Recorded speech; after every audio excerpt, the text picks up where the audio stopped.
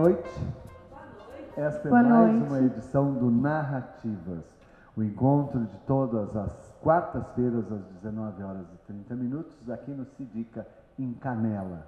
Esse é um projeto financiado com o Fundo Social do Sicredi e tem o objetivo de levar novas visões, diferentes perspectivas para a população em geral e também para aqueles que estão nos projetos sociais do CREAS, do CRAS, do CAPS, e estão detidos no Presídio Central de Canela, no Presídio das Hortênsias, né? E também nos abrigos para idosos e para menores. Aqui comigo, Camila Aigres. Boa noite, Camila. Boa noite, boa noite. A Camila é psicóloga, atende crianças, adolescentes e adultos e vem fazendo um trabalho diferenciado, principalmente na condução e no entendimento da função da família, no desenvolvimento cognitivo, no desenvolvimento das crianças e adolescentes. A Camila eu tenho o prazer de dividir um consultório com a Camila. Te agradeço e o prazer também é todo meu em estar aqui hoje participando desse projeto contigo, que me convidou, abriu as portas e eu me engajei junto e foi a melhor experiência que eu poderia no ano. E o Marco Aurélio Alves, para quem não conhece, também psicólogo que não atende só aqui em Canela, mas também em Porto Alegre, em Tramandaí, em Osório, faz uma peregrinação pelos estados do Rio Grande do Sul, trabalha também com vários grupos terapêuticos para mulheres, dependentes químicos, palestrante também, e que tem uma bagagem maravilhosa e que eu tenho a honra de trabalhar junto e aprender muito diariamente. E a Camila daqui a um pouco vai tratar do burnout, que deve cometer quem trabalha tanto assim. E já está no marco. Já está. Conosco, Tiago Couto. O Tiago que trabalha no audiovisual e também assim como a Camila e eu, trabalha muito por todo o Rio Grande, né? O Tiago tem trazido a importância do visual para os projetos sociais. E através do Tiago é que a gente chega nesses espaços todos que eu mencionei. E nós temos uma convidada que daqui um pouquinho nós vamos falar mais sobre ela. Boa noite à plateia, a nossa seleta plateia e fiel plateia. Então, o cachê é ótimo, as pessoas não vêm e não recebem o cachê. Eles também nunca viram o cachê, mas também não vieram. A expectativa é de um dia vir a receber. Camila, esse projeto que é mantido pelo Instituto Brasileiro da Pessoa, com apoio do Sicredi e produção da Psicult. O que a gente vai fazer com esse projeto depois, as próximas edições? A gente vai trazer mais convidados. A gente está na 9ª edição hoje, então, né? Ou é a 10ª? A gente tinha esquecido do Martim, né, na semana passada. Essa é a 10ª edição. Então, a gente traz para cá os mais diversos temas, porque hoje, por exemplo, será a Márcia. Semana passada a gente teve a Dainara falando sobre a nutrição, muito além do prato. A gente teve o Martim, o Vitor Cassola, trabalhando também a questão da humanização dos animais, os tutores de pet. Terceira idade a gente vai também trazer. A gente trouxe os meninos do ciclismo, o Samuel e o André. E o André. E essa é a proposta do Narrativas, trazer narrativas diferentes aqui para compartilhar com a população, para trazer essas conexões para cá também, para a gente ter essas trocas, essas experiências, e por isso que eu e o Marco estamos aqui apresentando, porque é esse intuito, nessa troca entre gerações. E também, a semana que vem, nós vamos ter aqui a Shirley Cortinaz, a Shirley que é uma especialista em mediação e cultura de paz. E hoje, Márcia Elis Endres, mãe, filha, irmã, esposa, amiga, apaixonada pela vida. E aí já se pode dizer que é uma jornada e tanto. Nessa caminhada, muitos foram os desafios, muitas as alegrias que as profissões de juíza e de administradora lhe trouxeram. Ela veio morar em Canela em 2017, depois de mais de 30 anos vindo nos finais de semana. E considera Canela a sua cidade do coração, a cidade que ela elegeu para viver. por tudo que Canela oferece, acolhe, desafia e porque ela tem por Canela uma paixão natural, que é o slogan da cidade. Meditadora desde 2000 e facilitadora de meditação desde 2017, quando fundou o projeto Meditação para Todos. E posteriormente, em 2022, o Meditando pelo Mundo, oferecendo essa habilidade e conhecimento de forma gratuita. A sua narrativa agora é compartilhar com todos e com o mundo essa que é, como ela mesma diz, uma ferramenta linda de transformação, cura e evolução. Hoje ela vem ao Narrativas contar um pouco da sua trajetória e dos seus projetos, mas também daquilo que não aparece no currículo, porque além de todos os títulos, cargos e realizações, talvez o seu maior papel tenha sido o de mãe. Mas nós podemos dizer em Canela que ela tem um papel fundamental também numa organização cultural mantida na comunidade, que é a Sonarte. E a Sonarte homenageia Márcia Endres, colocando o nome do seu vocal de vocal Márcia Endres. E também o quarteto Márcia Endres, e daqui a um pouco ela vai nos contar por quê. A Márcia é uma mãe que, mesmo em meio à correria e às exigências da profissão de juíza, sempre esteve presente, encontrando tempo e espaço para estar com seus filhos. Uma mãe que, depois de criá-los, continuou a exercer esse papel de tantas outras formas, acolhendo, orientando, cuidando e deixando um legado de afeto para muito além da sua família. Assim, a sua história é também a de alguém que nasceu para maternar. 2 filhos biológicos e muitos outros filhos do coração, frutos da sua empatia, simpatia e da forma como escolheu se doar ao mundo. Boa noite, Márcia. Boa noite. Então, pode. Boa noite, queridos. Parabéns por esse projeto lindo. É disso que o mundo precisa, realmente. Obrigada pelo convite, me sinto muito honrada. Boa noite para essa querida plateia e para quem nos faz ver, né? Eu agradeço muito esse convite, estou à disposição para contribuir sempre.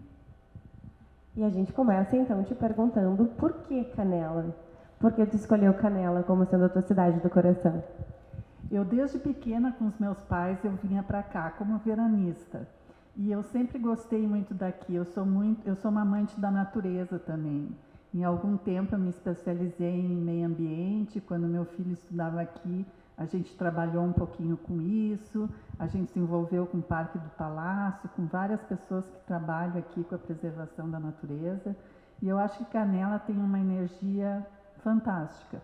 Não só pessoas muito autênticas, como essa visão de considerar uma cidade feliz, porque todos têm o seu espaço, né?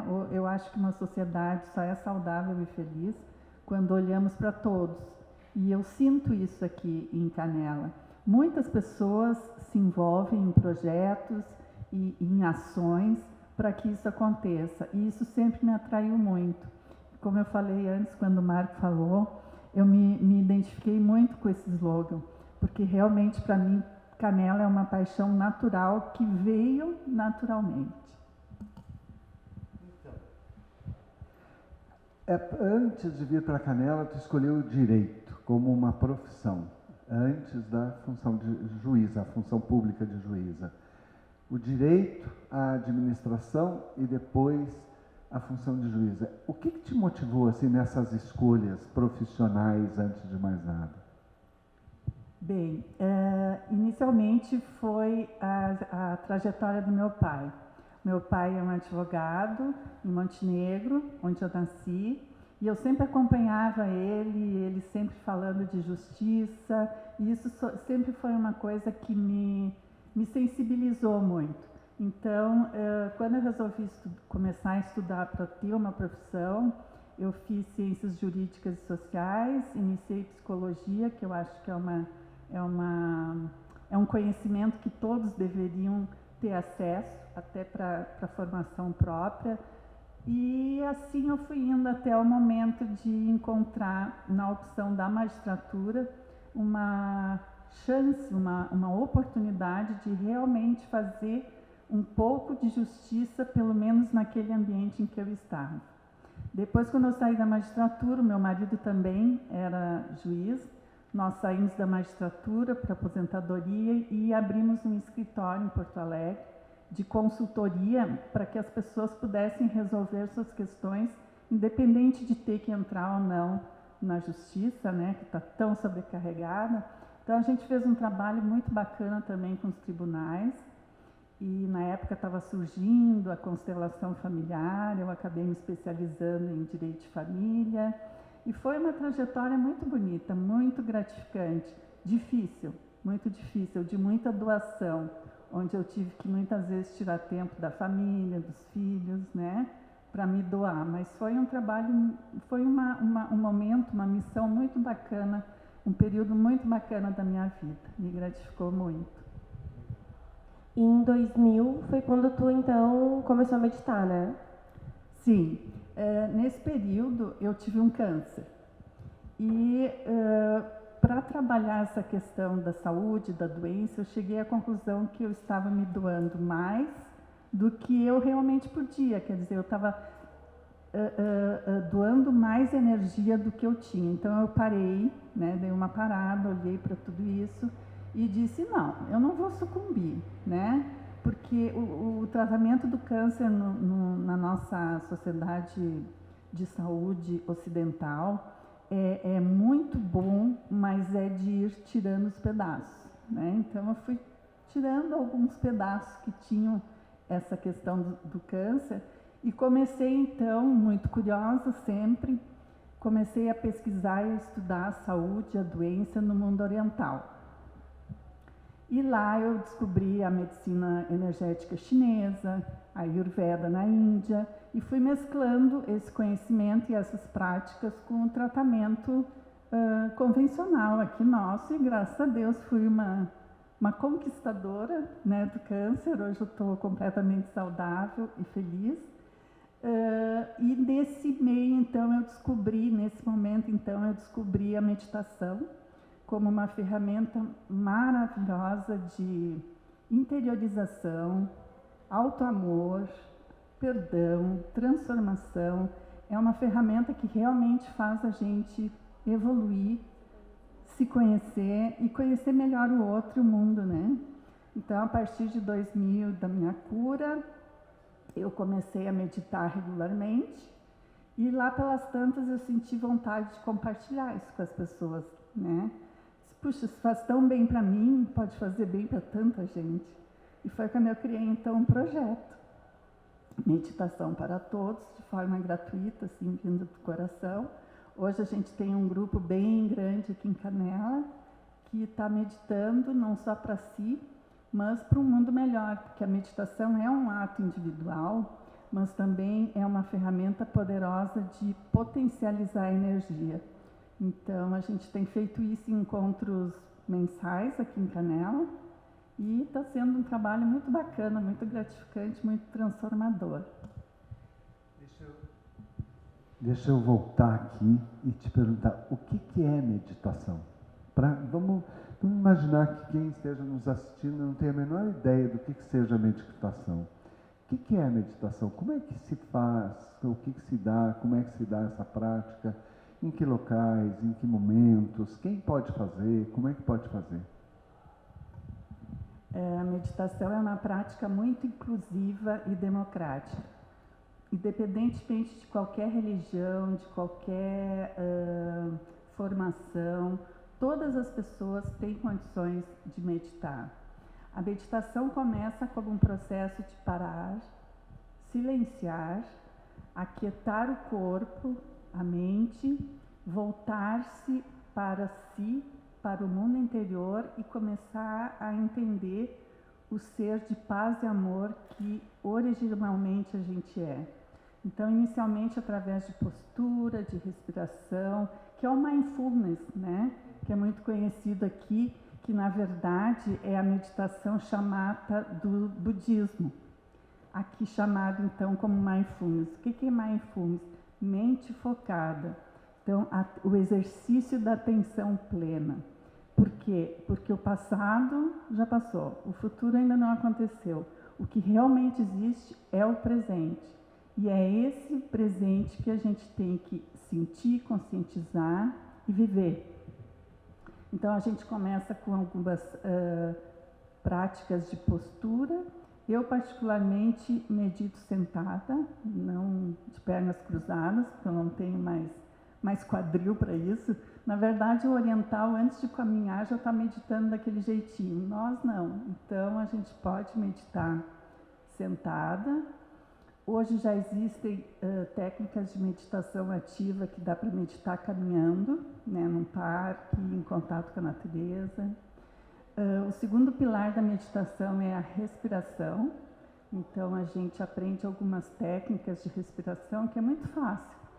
E essa respiração começa a nos relaxar e começa a indicar para a nossa mente, para o nosso corpo, que nós estamos saindo do sistema simpático de luta e fuga, né? Que a gente está sempre nesse sistema, então isso causa muito estresse, muita perda de saúde, e passar para o sistema parasimpático, que é o sistema de relaxamento, que vocês conhecem isso muito melhor do que eu. A partir daí a gente começa a usar técnicas, por exemplo, visualizações, intenção. Domingo agora, no último encontro que nós tivemos na Pousada Dom Ramon, eu trabalhei bastante essa questão da visualização com a luz, né? E para poder emanar essa luz, porque a luz é energia e energia é amor. Então, isso tudo a gente vai trabalhando em etapas na meditação. O que é importante para que se tenha todos os benefícios que a ciência está comprovando? Começar e fazer nem que seja 5 minutos por dia. Hoje, por exemplo, eu não consigo acordar, levantar, ir para o meu dia, nem dormir sem fazer a minha meditaçãozinha. Quando eu acordo, quando eu vou dormir. Se eu estou cozinhando sozinha, eu estou meditando também, colocando amor naquele alimento. Então, é um alimento que acaba sendo abençoado, né, com a minha energia. Então, a meditação é uma coisa muito linda que a gente vai aprendendo com o tempo e somando e conquistando etapas que vão nos tornando pessoas mais autoconfiantes, mais conscientes. E uma coisa que ajuda muito hoje em dia, desde as crianças pequenas, que às vezes eu já meditei com elas, a concentração. Isso está sendo uma coisa assim muito boa. O que eu vou dizer mais? Todos podem meditar. É começar que depois não se fica mais sem. Mas é um treinamento, né? Um treinamento da mente. Não é que nem academia, não adianta fazer uma vez por mês, né? Então a mente vai se acostumando num ritmo diferente. E às vezes a gente faz tudo meio correndo no piloto automático. A meditação ensina a sair do piloto automático. Então, eu pude verificar assim na minha vida, eu era assim há 2.000, 3.000, né? Fazia tudo ao mesmo tempo. Hoje eu sou uma pessoa mais serena, não deixo de ser falante, né? Mais calma, e percebi o seguinte, cada ação que eu tenho, cada coisa que eu vou fazer, se eu fizer de forma mais devagar, consciente, prestando atenção, ela vai dar um resultado muito melhor. Muito melhor. Então, não é uma perda de tempo parar, é um ganho muito grande.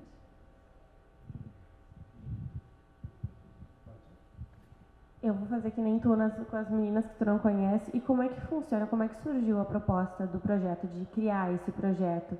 E a divulgação, como é que funcionava? Porque foi em 2000, né? Como tu começou a trazer ele para a sociedade, para trazer as pessoas? Começou com uma parceria com a UX. A UX desenvolve um projeto muito lindo aqui, em Caxias e aqui, que é o projeto UX Sênior. Então, tem várias atividades para as pessoas 50 a mais, eu acho, né? Não é 60, é 50 a mais. Coral, literatura, várias coisas. Fotografia. E eu procurei a UX e sugeri que também incluíssem a meditação Era uma coisa que eu achava assim, muito importante, que poderia trazer muito benefício também para essa faixa etária, né? E a Margarete, na época, acolheu assim, de forma muito otimista, e a gente, mas não tinha espaço, aquela coisa toda. Eu ofereci o meu bangalô de meditação do lado da minha casa, onde eu meditava. Eu disse, não, a gente pode sair alguns alunos, assim, inicialmente da UX, ir lá para casa meditar. Foi o que aconteceu inicialmente, foram o quê? 5, 6 pessoas. Aí ficou muito grande o grupo, a gente então conseguiu uma sala na UX, ficou pequena também, aí a gente foi a convite para o Grande Hotel, tivemos uma sala maior, hoje nós temos de 30 a 40 pessoas em cada encontro, e recentemente, esse mês agora, fomos a convite da Esther Arts, do jornal, e da Pousada Dom Ramon, lá para a pousada dela. Então, é um projeto que começou assim do coração, teve muitas parcerias legais. Eu divulgo geralmente no Instagram, no Facebook, boto os convites lá. E criei um canal no Telegram, onde eu coloco as meditações guiadas, para as pessoas poderem fazer em casa. Porque eu acho que nós ocidentais não conseguimos meditar em silêncio. Porque é da natureza da mente pensar. Né? Eu não acredito que parar é parar de pensar. Não, eu acho que a gente aprende a administrar melhor o pensamento. Então, eu acredito na meditação guiada com respeito a todas as outras técnicas. Então, eu coloco no Telegram, gratuitamente para as pessoas assistirem, fazerem em casa. Uma vez por mês a gente se reúne pessoalmente, na presença dessas 30, 40 pessoas. No WhatsApp a gente tem um grupo onde então eu coloco algumas coisas sobre meditação, tem mais de 200 pessoas, até de Portugal tem pessoas acompanhando, e é um grupo que autoritariamente só eu publico, porque não dá o grupo grande desses todos falarem, né? Não, bom dia, boa tarde, não. Então, esse grupo é só para as pessoas entrarem em contato com a meditação, não tem outro assunto. Depois, em 2012, eu acho, eu criei um outro projeto chamado Meditando pelo Mundo. Por quê? Porque de 2000 para cá, eu fui estudando muito sobre isso. Primeiro eu fui para a Índia, fiz um curso de filosofia e meditação Raja Yoga na universidade lá. Depois eu fui para a Tailândia estudar melhor o budismo. Tive um período de bastante relacionamento com o templo budista aqui de Três Coroas. Fiz um retiro de 1 mês em silêncio. É incrível. A gente acha que é impossível, mas é uma delícia. Depois que passa aquela fase do ai, não vou conseguir, a gente entra assim em plenitude. É muito bom, eu recomendo às vezes um dia a pessoa ficar em silêncio. É muito bom. E assim eu fui indo, fui ao Marrocos, guiei uma meditação no Marrocos. A gente guarda tudo para falar depois, voltar, né? A gente guarda nesses 30 dias, faz um armazenamento ou tu volta assim, tranquilo, sem querer falar? A gente seleciona muito mais o que ouve e o que fala. Porque a fala é um dos portais que a gente perde mais energia. Eu falante aqui. Mas eu me preparei antes, eu me energizei antes para que essa fala não me tirasse e sim me desse. Porque tem isso também. Algumas falas só nos tiram. Algumas coisas que nós ouvimos só nos tiram. Então a gente tem que se preparar para que aquilo que a gente vai receber, a gente consiga doar. Eu não acredito naquela... uma frase, eu acho que vem mais da religião católica, né? Eu sou batizada católica. É dando que se recebe. Energeticamente não é assim. Porque tu não pode dar o que tu não tens. Então, energeticamente, e a gente é energia pura, Einstein já dizia, né? A gente é energia. Tu precisa primeiro ter a energia, receber, né? Às vezes, se tu tiver vamos dizer assim, orientação e espiritualidade e tal, tu recebe a tua energia, se não tu recebe de ti mesmo, para depois poder dar. Então, como a fala é uma grande fuga de energia, ficar em silêncio nos reabastece assim maravilhosamente bem. Então, quando a gente sai do retiro de silêncio ou da experiência de um dia de silêncio, tu sai com uma sensação de plenitude, estado de graça contigo mesmo. E geralmente, normalmente, é nesse estado de graça, depois de uma meditação, ou de um silêncio, ou de qualquer outra prática nesse sentido, que acontece a cura, que acontece a transformação, e é onde a gente dá os saltos quânticos na evolução. Respondi? Claro, mas eu te interrompi, tu ia falar da experiência em outro país. Isso. Então, eu tenho procurado em outros países uma orientação, uma sabedoria em termos de filosofia, meditação. E tive recentemente, faz uns 2 anos, um grupo de amigos que resolveu ir para o Marrocos, todos ligados também à meditação, me convidaram para guiar uma meditação no deserto do Saara. Foi uma das experiências assim mais lindas que eu já tive nesse sentido, porque o sol nascendo, colorindo aquelas dunas, a gente ficou num acampamento no deserto para poder, ao nascer do sol, fazer a meditação. E, se eu não me engano, essa meditação eu regravei depois e coloquei no Telegram. Então, quem quiser conhecer o projeto e essas meditações e essas experiências, estão todas ali no Telegram. Depois eu alcanço o cartãozinho. Então, surgiu Meditando pelo Mundo. Por quê? Porque meditando pelo mundo, eu fui adquirindo informação, sabedoria, para trazer para o projeto Meditação para Todos também. Isso. A gente percebe muito também no consultório quanto as pessoas estão desconectadas, não só das suas falas, mas também de si próprias, né? Principalmente do outro também, um descuido na fala, no como falar, no que falar. E isso está causando... amorosa, né? Exato. E querendo ou não, está causando prejuízo emocional gigantesco, né? Nas relações, enfim. Mas voltando.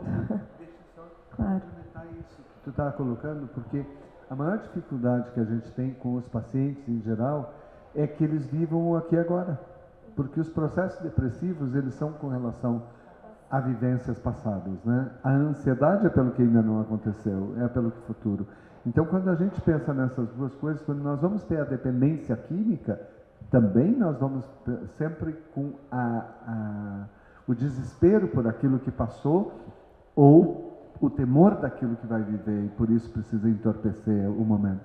E aí, quando nós pensamos no aqui e agora, que a gente fala muito no consultório, né, no presente, nós estamos falando disso, dessa tranquilidade de tu poder te ouvir e desse silêncio, né, reconfortador para experimentar. É tudo que a gente busca no consultório, é que as pessoas possam se ouvir sem medo, sem punição, sem julgamento, que me parece que é o que a meditação traz. Volta para ti. Deixa eu só pegar esse ganchinho. Existe uma meditação da tradição havaiana de cura do Havaí, que é chamada aqui de Ho'oponopono, muita gente conhece. É uma técnica de perdão fantástica. Então, em presídios, em pessoas contraventoras que se autopunem, suicídio, dependente químico, geralmente inicia a meditação por esse Ho'oponopono, porque a pessoa vai lá e começa a aprender a se perdoar. E no momento que ela se perdoa, ela sai daquele passado e ela se oportuniza um presente mais positivo, né? Ela se oportuniza passar uma borracha e começar de novo. Isso é uma nova realidade. Isso é muito lindo. Não, mas é dentro disso também, porque tu citou que tu teve várias abordagens, não sei se é abordagens que fala, Técnicas. Como é que tu elabora isso, por exemplo, nas aulas, enfim, nos grupos que tu faz? Tem algumas em específica que tu trabalha, outras não? Como é que tu seleciona? Bom, eu não dou aula, né? Eu não sou professora. Eu tenho algumas formações, mas eu não me considero professora. Eu ainda estou aprendendo com a meditação. E às vezes eu encontro pessoas que me ensinam outras técnicas que eu até não tinha conhecimento. Mas como eu administro isso tudo, algumas vezes por insight, inspiração. Então teve um encontro domingo, né? Qual foi a técnica que eu escolhi, qual foi a meditação que eu escolhi, considerando várias coisas. O final do inverno, que é um período que a gente teria que hibernar um pouquinho, mas isso não existe mais, né? A gente se considera tão diferente das outras formas de vida que a gente nem segue o processo natural que deveria ter. Então eu considerei o final do inverno, início da primavera, considerei uma amiga que eu convidei para fazer a palestra sobre escuta amorosa, tu colocaste antes a questão da escuta, a Camila Mandelli. Sempre nesses encontros eu convido alguém para fazer uma mini palestrinha que daí eu linko com a meditação. É mais ou menos assim que eu faço. Existem muitas técnicas, mindfulness, transcendental, vipassana, inúmeras. Mas o cerne de cada uma, o cerne de todas, mais ou menos, é a mesma coisa. Postura, não só a postura física, respiração, olhar para dentro, olhar para fora, momento presente, visualizações, intenção, várias técnicas. Então eu vou escolhendo assim, pelo que eu estou sentindo na hora, aquilo que me vem e que eu posso doar. Um dos aspectos que também adoecem, né, e também são sintomas de adoecimento emocional, é a autopiedade.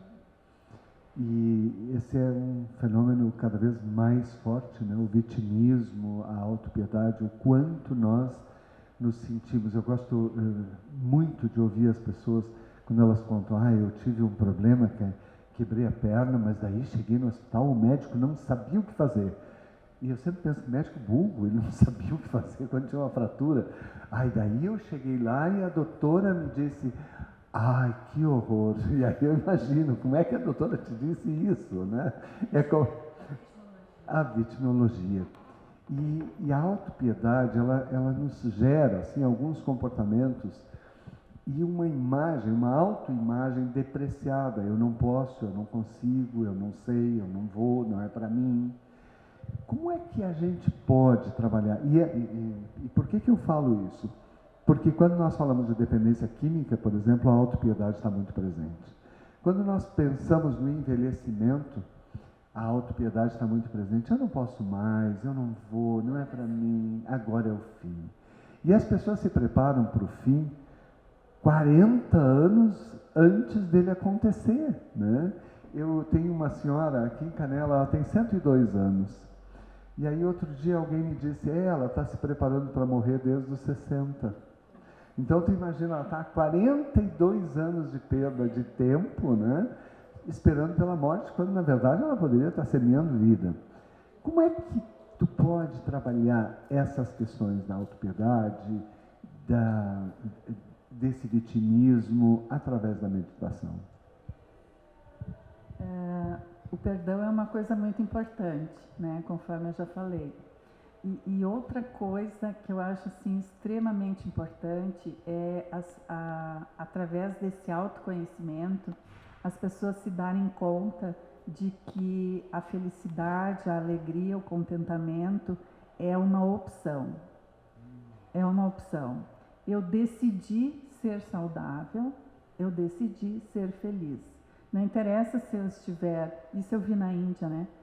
Eles naqueles casebrezinhos, sorrindo, tem comida hoje, extremamente gratos, numa realidade completamente diferente da nossa, eles gratos, sorrindo, e nós aqui, morando num paraíso, com tudo à disposição, reclamando de tudo. né? Então, isso é uma postura. A gente começa a enxergar aquilo que pode transformar e vai decidindo tomar outras atitudes na vida. E daí que pequenas atitudes que se sugere, por exemplo, no momento de meditação, vai trazer um resultado tão grande que a pessoa se entusiasma. Não, realmente eu posso optar. Eu tenho esse poder. Encontrar o poder, eu acho que é uma das soluções para sair desse estado para a felicidade. Encontrar o próprio poder. Porque está dentro, não está fora. Não é a casa, não é o dinheiro, não é nem a saúde, é dentro, aquele estado de graça, que lá pelas tantas a gente alcança, que te dá plenitude e que tu te dá conta que tu pode. Tu pode fazer o que tu quiser no sentido de ser feliz. Claro que se tu manter por alguma doença, né, mental, algum distúrbio, alguma coisa, e tu não consegue sair dessa bolha de negativismo, tu tem hoje em dia muitas ferramentas para ajudar, né? Vocês sabem e fazem isso. Às vezes até medicação precisa, né? Mas a meditação, junto com todo esse trabalho, junto até com outras práticas que nem vocês praticam, presídio, etc, etc, a gente consegue fazer com a meditação a pessoa se olhar para dentro e descobrir que o amor está dentro e que tu tens o poder de te amar e amar o outro. Se tu não conseguir te amar, tu não vai amar o outro, não tem como. E a felicidade é isso, né? Se amar o outro e acreditar que o mundo pode ser melhor, apesar do jeito que está, acreditar. Porque no momento que tu tem uma intenção positiva, aquilo atrai do universo, do cosmos, essa energia. Se tu estiveres vibrando uma frequência de emoções baixas, como medo e vários outros, tu atrai energeticamente essa emoção. Se tu começa a vibrar em frequências mais elevadas, às vezes até uma música clássica, numa determinada sintonia, te faz elevar a tua vibração, de forma que tu consegue acessar sentimentos mais nobres, como coragem, alegria, compaixão. E isso vira um círculo vicioso. Tu vai vibrando numa frequência mais elevada e vai atraindo essa energia do universo. É muito lindo isso. Eu estava pensando, ouvindo ela aqui, sobre como as falas também se conectam aqui, né? Ela falando sobre a experiência que ela também teve, e eu lembrei da Valéria falando, né, sobre a experiência que ela teve na África também, que era uma outra realidade, e tu também trazendo sobre essa percepção das crenças limitantes que a gente também teve com a Simone, né? Sobre essa percepção distorcida que às vezes as pessoas têm da realidade em que elas vivem, né? E é isso, é a visão que a gente tem da realidade, que às vezes é tão distorcida que a gente não consegue ver além disso. E aí é os termos que ela usa, que é o que a gente também traz no consultório, só que de uma outra forma, com outros termos, né? A gente traz de uma forma mais técnica dentro da psicologia, mas com o mesmo sentido, na verdade. E o mesmo objetivo. Exatamente o mesmo objetivo, o autoconhecimento, o autocuidado, a autocompaixão, enfim. Como se conectam, né? Eu fiquei pensando muito nisso. E como é difícil que as pessoas acreditem nessa simplicidade, né? De tu poder te concentrar e tu poder respirar e tu relaxar e que isso vai solucionar e que isso é a cura. Porque a indústria farmacêutica é muito poderosa. Então, é o caminho mais curto, né, querendo ou não. É muito mais prático, mais rápido. Tu não tem que pensar muito, fazer uma autoanálise. É simplesmente ali e adormecer um sintoma.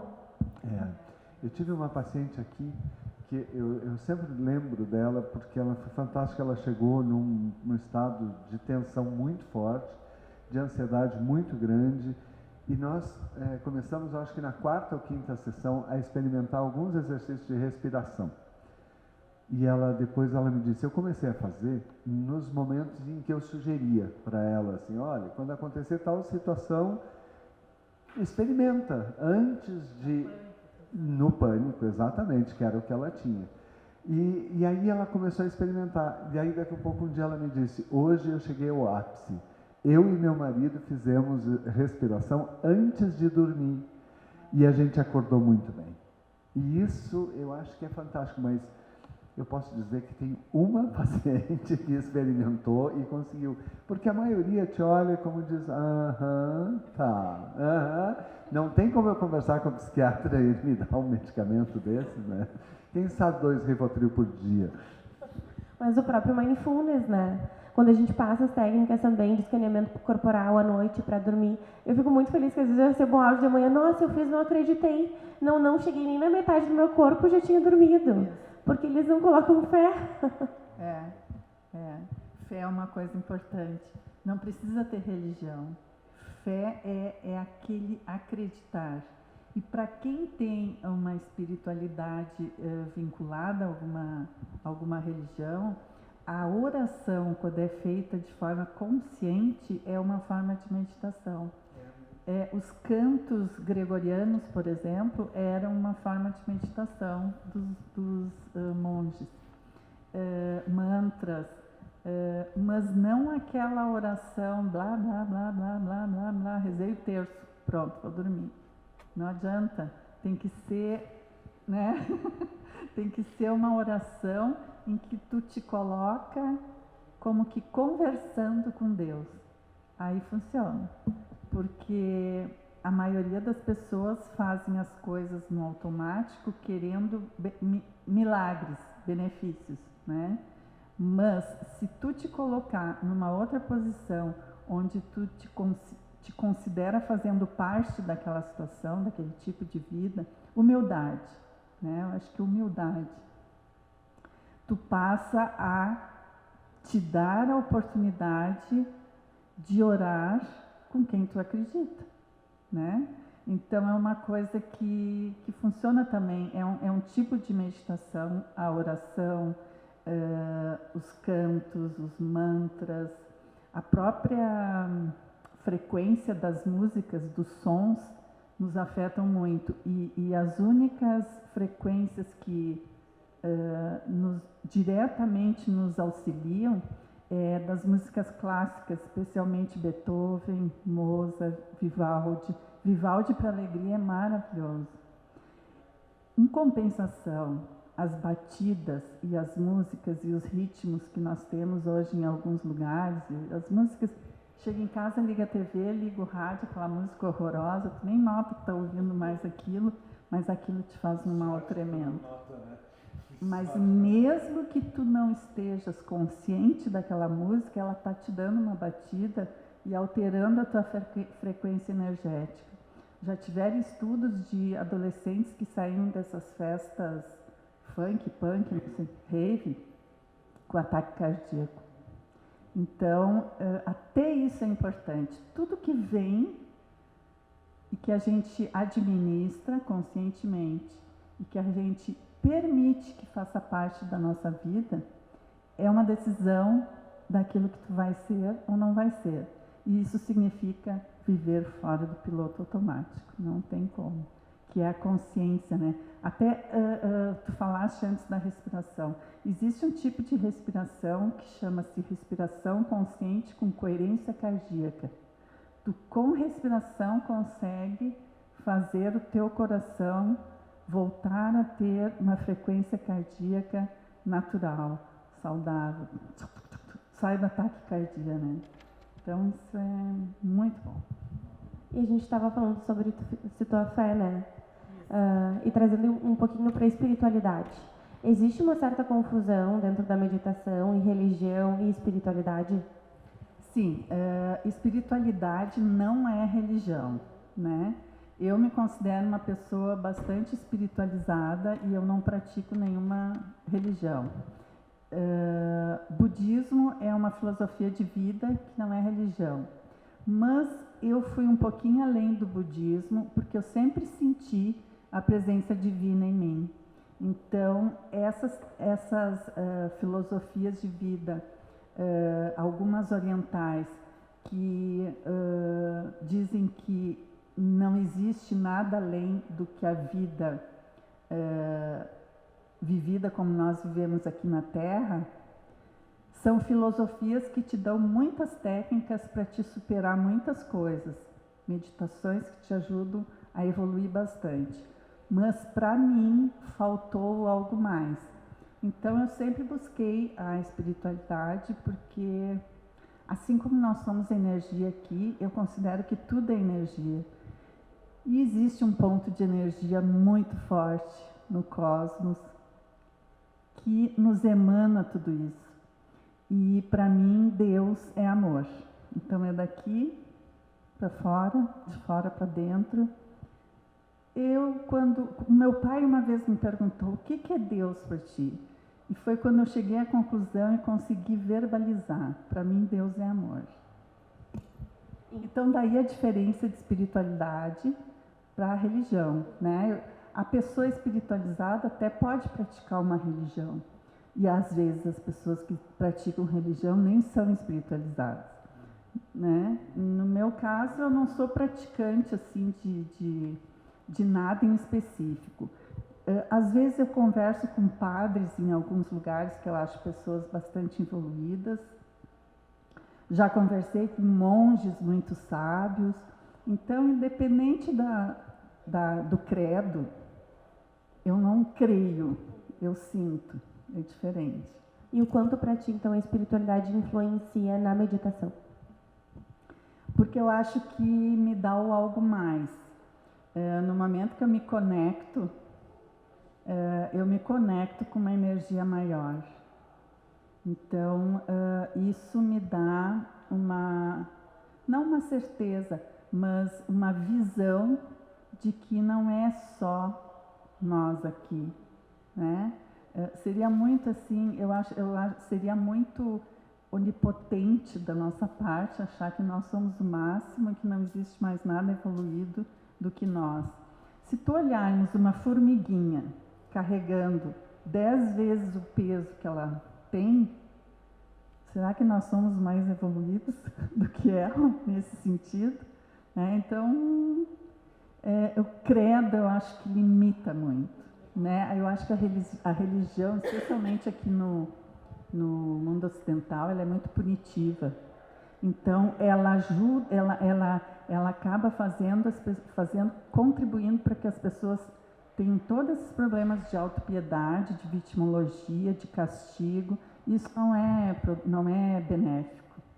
É porque essas igrejas, em geral, elas trabalham com a culpa, né? E elas precisam, muitas vezes, da culpa até do medo para sobreviver economicamente, né? Agora, isso não tem absolutamente nada a ver com a prática de fé, com a espiritualidade, né? Exatamente. Não é na culpa que tu resolve o problema, nem da criança, nem do adulto. A culpa e o medo é uma forma de dominação, né? Então, a gente já viu tantas vezes as guerras santas, né? Alguma religião querendo dominar um povo, assim como para a religião é o medo, a culpa, para algumas ditaduras é também o medo, mas a ignorância, né? Tu não dá educação e conhecimento para poder dominar aquela pessoa. Isso aí. Por falar nisso, eu quero voltar um pouco no tempo, né? No teu período de vida como juíza. Como é que foi? Era a nossa primeira pergunta, né? A gente faz um roteiro, a Camila estuda, pensa, trabalha, né? Ela usa, né, um tempo enorme e depois a gente chega aqui e ignora o roteiro, assim, a gente não faz nada do que está no roteiro. Mas como é que foi essa mulher juíza, assim, que experiência foi essa? Que tu guarda, assim, daqueles momentos? Eu imagino, há pouco nós falamos aqui numa situação que tu identifica de longe, né, por onde vai. Como é que foi? Como é que é ser uma mulher juíza num ambiente muito masculino, num ambiente difícil, né? E de que período tu viveu? E como é que foi? Sim, na época, quando eu entrei para a magistratura, tinham poucas mulheres. Hoje já são, eu acho, em cada concurso, mais da metade. E os primeiros lugares são das mulheres. Então a justiça já está bem melhor, eu diria, hoje em dia, porque tem essa visão feminina, essa visão do feminino, que é a visão do cuidar e do amar. Não que o homem não tenha, mas é uma condição natural, né? Autêntica da mulher. E isso trouxe para a magistratura uma cor diferente. No meu caso, eu senti muitas vezes alguns desafios muito difíceis. Eu tinha que fazer um esforço muito grande, trabalhar muito mais do que os meus colegas homens para ter, vamos dizer assim, o mesmo reconhecimento. Então, isso foi uma das dificuldades que eu tive. Quando eu superei isso, que eu passei a ter mais uma troca com as pessoas, ao invés de julgá-las, né? Porque o juiz julga de acordo com a lei. E a lei, muitas vezes, não é justa, não é correta de acordo com os valores que tu tens. Então, isso fica, às vezes, muito difícil, tu ter que julgar alguém usando uma lei que tu nem acredita, né? Então, eu tive, assim, momentos de muita dificuldade para, às vezes, até burlar uma situação para chegar num resultado melhor. E, em compensação, tive momentos, assim, de bastante gratificação. Eu me lembro que, acho que foi em Cachoeirinha, eu era juíza lá e o prefeito não era muito correto e não estava desviando o salário dos funcionários. Não, foi em Viamão também. E eles estavam já 2, 3 meses sem receber e entraram em greve. E o prefeito entrou com uma ação para puni-los, demitir, aquela coisa que a gente sabe como é que funciona. Isso. Éramos 4 juízes. Claro. Eram 4 juízes, só eu mulher. A presidente da OAB e a promotora na época eram mulheres também. Então, nós nos reunimos para achar uma solução para aquilo. Os homens foram embora para suas casas, né? E nós ficamos ali. Achamos uma solução e eu tive, vamos dizer assim, a coragem de usar a caneta para enquadrar o prefeito, fazer o pagamento dos funcionários e dar uma organizada na situação. Aquele dia, 9h30... Ai, não me lembro. Eu de ano sou horrível. Mas eram 9h30 da noite, eu não conseguia sair do fórum, porque os funcionários deram as mãos, abraçaram o prédio do fórum, com faixas dizendo que ali eles acreditavam em justiça. Claro que meus filhos estavam tudo esperando em casa, minha pequena estava com baita febrão, eu tive que acionar minha mãe para ficar com ela, tudo isso para que acontecesse esse momento. Mas são coisas que a gente não esquece, né? Depois que eu comecei a estudar um pouco mais a questão das orientações, das filosofias orientais, que trabalham um pouco diferente, bastante diferente com relação a essa questão de justiça, eu comecei a sentir muita dificuldade em julgar o próximo, muita dificuldade. E a partir dali eu comecei a trabalhar a minha saída, né? Com 20 anos era o sonho da minha vida ser juíza. Lá pelos 40 e poucos, quase 50, eu comecei a enxergar de outra forma e a preparar a minha saída da magistratura, não com desgosto, com decepção, mas com agora eu fiz o que eu podia e se para mim continua cada vez mais difícil eu julgar o próximo, então está na hora de eu sair. E foi o que eu fiz. Eu menciono muito isso, o quanto nós somos juízes severos, muito severos, com os outros.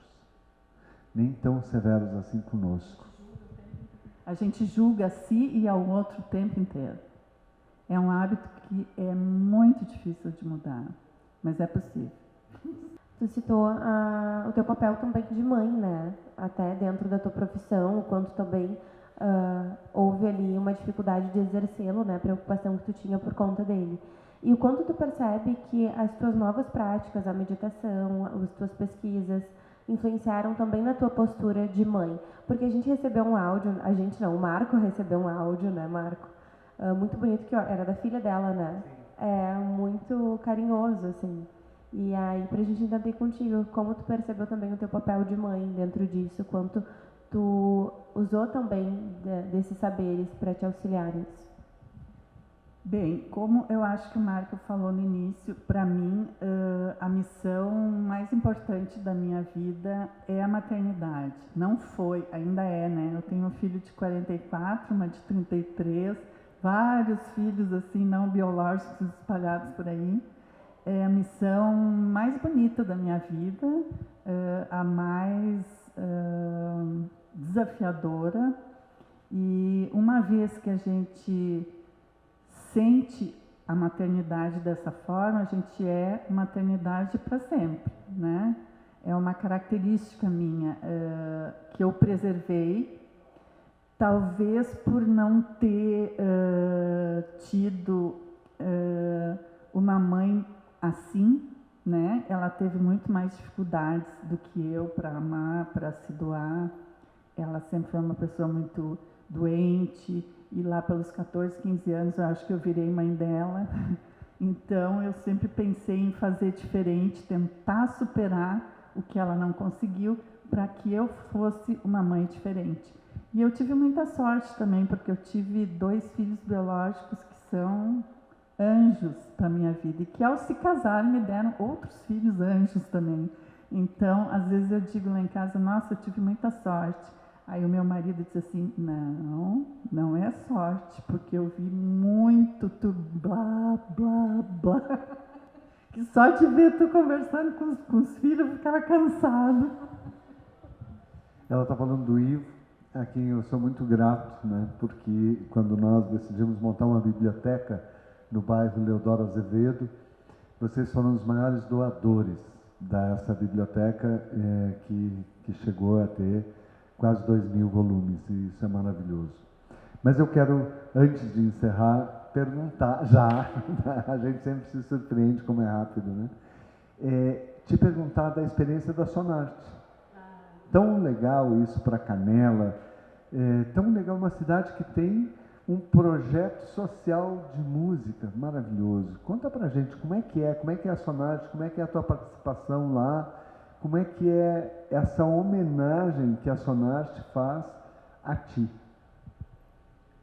A Sonarte é uma escola de música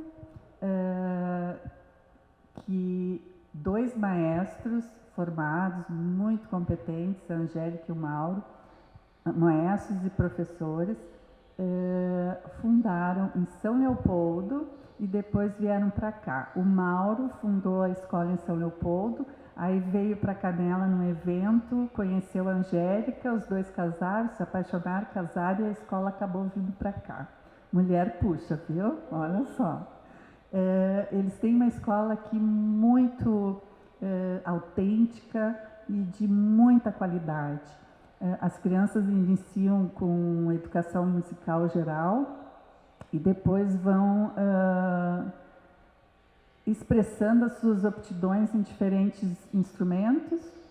E hoje a escola tem jovens tocando na Sinfônica de Nova York, de Berlim. Então é um trabalho muito, muito sério e muito bonito. Lá pelas tantas, eles acharam, que nem eu, aquela coisa de compartilhar, né, de compaixão, de doar. Nós precisamos fazer um projeto social, porque aqui tem muito talento, mas muita criança que não tem condições de pagar uma escola dessas.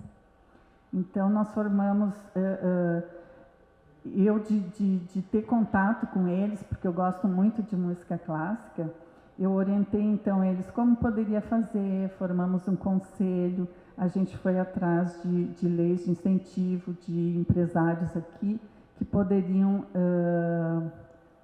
patrocinar a bolsa dessas crianças. Hoje nós já temos quase 100 crianças com bolsa Inclusive, estamos organizando o coral dessas crianças para o Natal do ano que vem. Vão ser 150 vozes frutos desse projeto social. E é muito lindo porque, além da criança se transformar, ela transforma a família com ela. Tem um menino que nós tiramos do crack e hoje é professor de violino em Porto Alegre. Então, é uma coisa muito linda. E nesse movimento todo de chamar pessoas, que eu tenho essa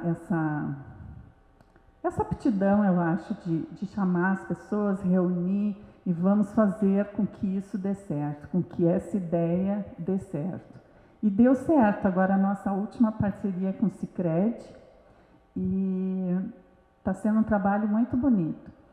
Em homenagem, então, a toda essa ajuda e esse movimento que eu criei com eles, que eles me chamam de embaixadora da escola, eles me homenagearam colocando o nome nesse vocal e nesse quarteto dos jovens que cantam. O quarteto é MPB e o vocal é música mais erudita. Eu acho que é isso. Eles têm uma prática muito bonita de homenagear as pessoas em vida.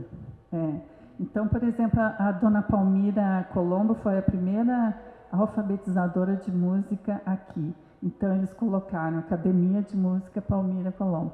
Isso é muito bacana, né? É uma escola muito linda que ainda vai trazer muita coisa para Canela.